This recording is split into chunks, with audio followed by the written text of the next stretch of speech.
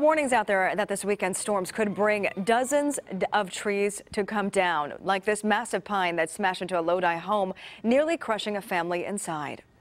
The roof came completely in on the bed. So, I mean, there's really only one spot on that bed that didn't get crushed, and she was laying in it. Really a close call here. The tree came down during a wicked storm earlier this month, along with hundreds across the valley. Experts warn you need to be ready for this weekend storm so this doesn't happen to you. New tonight, there you see Jen McGraw standing by live with a story from that family, the terrifying tale and what we need to know. Jen?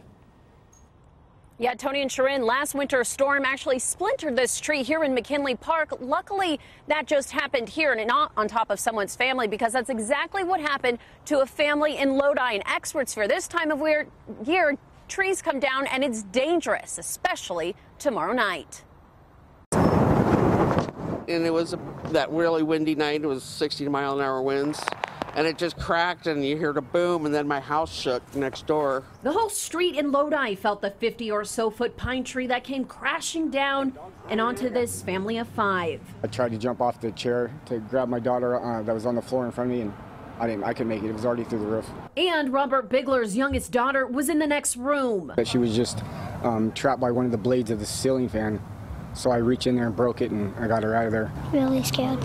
It sounded like thunder. They were able to escape with only bumps and bruises. It's probably not the best time for trees right now. Steve Johnson's Elk Grove Tree Service sees this all the time and fears it could get bad this weekend. In Elk Grove, we had hundreds of trees fall this last round.